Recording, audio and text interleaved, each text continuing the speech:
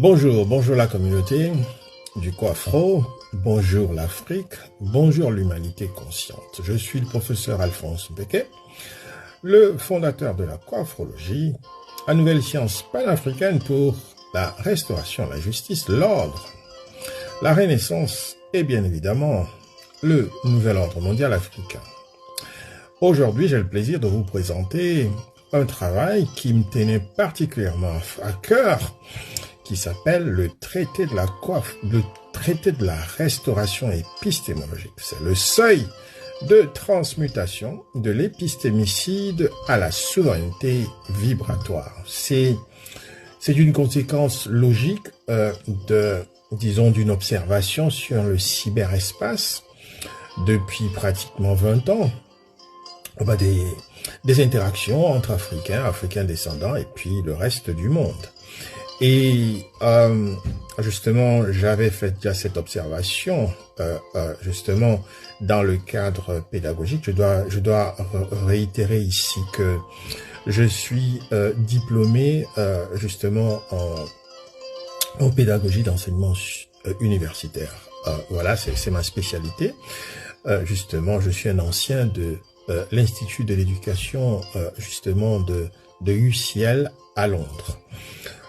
Donc c'est dans la continuité de mes travaux comme ça de recherche au sein de CMC, Computer Mediated Communication, et puis la pédagogie, que je continue justement cette exploration qui avait déjà éveillé ma suspicion sur les possibilités que le cyberespace, qui était issu justement de la révolution numérique, devienne dans les années qui suivent un espace pas seulement de commercialisation, pas seulement d'information, mais aussi un espace justement où on justement commençait déjà à voir émerger de nouveaux paradigmes, justement, le nouveau paradigme qui émergeait, et par le fait même, cet espace allait se transformer en une sorte naturellement d'espace de pédagogie. Bien sûr que cette pédagogie-là, il faut justement la définir et puis l'orienter en fonction justement des besoins et des communautés. Et comme nous sommes dans le travail coafrologique et que la coafrologie travaille, se focalise sur la CEADA, la condition existentielle des Africains descendants, qui nous ramène à la colonisation, l'épistémicide, toutes sortes d'aliénations. Justement, la restauration, c'est justement de voir dans quelle mesure nous essayons d'apporter une pédagogie qui soit une pédagogie constructive pour améliorer les interactions entre les Africains descendants qui, depuis l'avènement du cyberespace, d'Internet, ce sont des rapports qui ont juste soit exacerbé les haines larvées, les disparités entre Africains, et voire même l'épistémicide dans sa continuité. Alors, ce traité que je propose aujourd'hui, le traité de restauration et d'épistémologie, le seuil de transmutation de l'épistémicide à la souveraineté africaine, est une tentative d'apporter une certaine normalisation dans les échanges à travers les réseaux sociaux, dans lesquels j'ai fait une observation de voir naturellement des leaders qui se sont présentés pour essayer d'être des conscientistes, des gens qui apportent une sorte de conscientisation, parfois panafricaine, parfois même sans être panafricain, mais toujours est-il qu'il y a un relan comme ça sur les réseaux sociaux de continuité, de pédagogie. Donc voilà, justement de restauration ou alors d'établissement de la vérité. Mais il se trouve que pendant qu'on fait cet exercice, ça ne se passe pas toujours assez agréablement comme expérience pour ceux qui sont justement dans la posture d'épistémiciste, c'est-à-dire que ceux qui sont en contact avec les nouvelles connaissances, les nouveaux paradigmes, justement, qui viennent comme ça les bousculer dans leurs idées reçues et dans leur situation d'épistémicide. Donc, voilà pourquoi je propose donc ce traité qui va permettre justement aux leaders qui sont dans les réseaux sociaux, qui sont justement porteurs d'un certain message, d'un certain activisme, d'un certain panafricaniste. Donc voilà, je voulais donc vous offrir ce traité, et à travers ce traité, par justement cette capsule coiffrologique qui vous est offerte par l'Institut des études du monde africain contemporain, dont je suis le directeur et le fondateur. Donc, on va donc parler aujourd'hui du lancement du traité de restauration. C'est par le professeur Alphonse Mpeke, moi-même. Donc, le titre « Sortir du brouillard, le nouveau verbe pour une Afrique souveraine ». L'audience, c'est la communauté du Coiffro, les Africains, Africains descendants et l'humanité consciente. Donc, en introduction, nous allons parler de l'appel à la vibrance. Donc, voilà, donc paix et vibrance à vous, chers frères et sœurs, famille du Global Coiffro. Partout où vous nous écoutez, que ce soit depuis le continent, que ce soit les Caraïbes, que ce soit dans la diaspora profonde, sentez-vous, sentez donc cette fréquence de cette rencontre. Nous ne sommes pas réunis ici aujourd'hui pour, disons, une simple conférence académique. De plus, nous sommes ici pour un acte d'insurrection, une insurrection par le verbe. Pendant trop longtemps, nous avons utilisé les mots des autres, justement, pour décrire nos propres douleurs. Nous avons laissé, justement, des lexiques étrangers cartographier nos esprits. Au résultat, disons, c'est une stagnation, une confusion que nous avons tous ressentie très souvent dans les interactions que nous avons, les débats que nous avons en ligne, dans nos échanges quotidiens. Aujourd'hui, je vous présente l'armature de notre libération, le traité de restauration épistémologique, pour pas que nous continuions à tomber dans les travers d'agressivité, de joutes verbales, disons,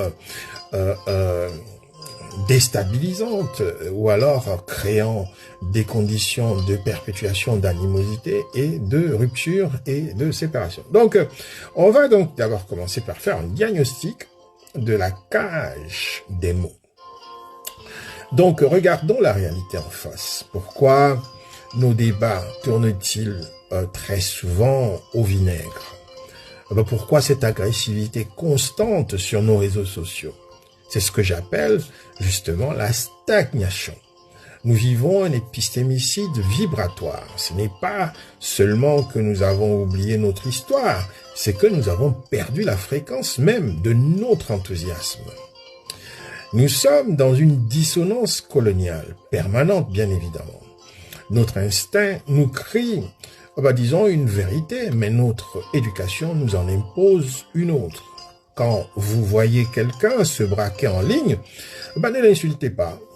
Comprenez qu'il est dans le brouillard parabolique. C'est ce que je définis dans mon travail scientifique, le brouillard parabolique. Il utilise une parole vide pour cacher l'humiliation de ne plus savoir qui il était, ou alors qui il est.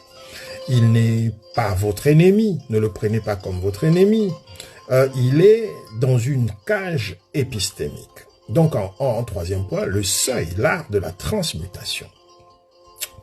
Alors, comment est-ce que tout ça se met en mouvement pour que ça puisse pouvoir changer?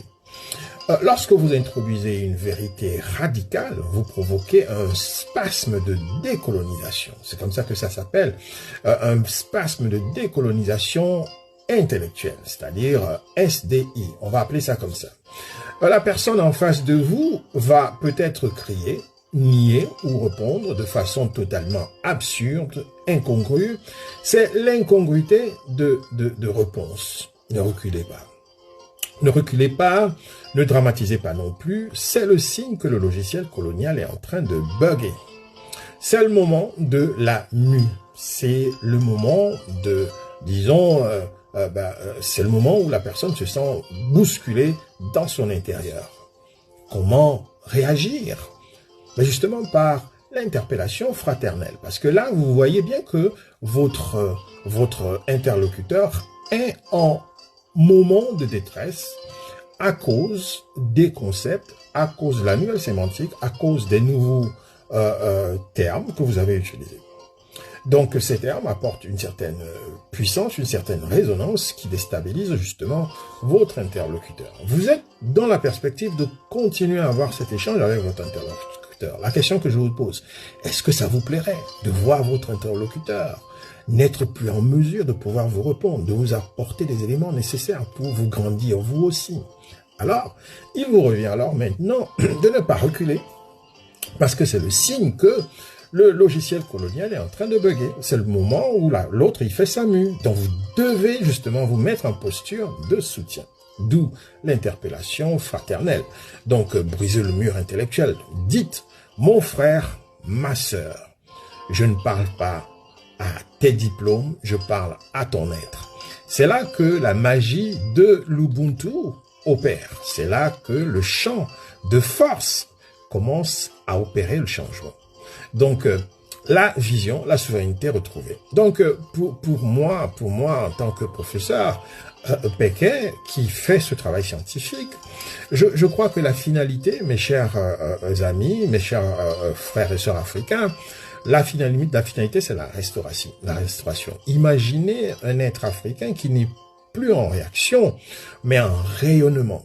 C'est justement l'accordage ancestral. Vous retrouvez votre fréquence. Vous ne savez plus seulement que vous êtes grand, vous le vivez, vous le ressentez, vous le vibrez dans chaque cellule de votre corps. C'est la vibrance restauratrice. En tant que membre du Global Co-Afro, vous êtes des facilitateurs. Votre rôle n'est pas que de gagner des débats.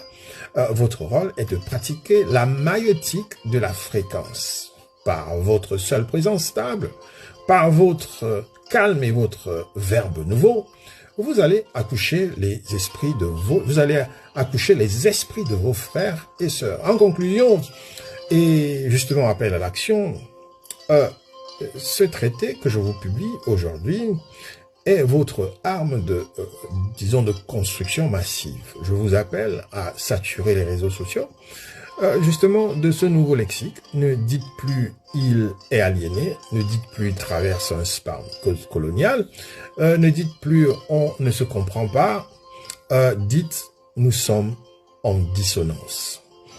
Voilà, donc rééduquons l'oreille de notre peuple, transformons le cyberespace en un laboratoire de guérison.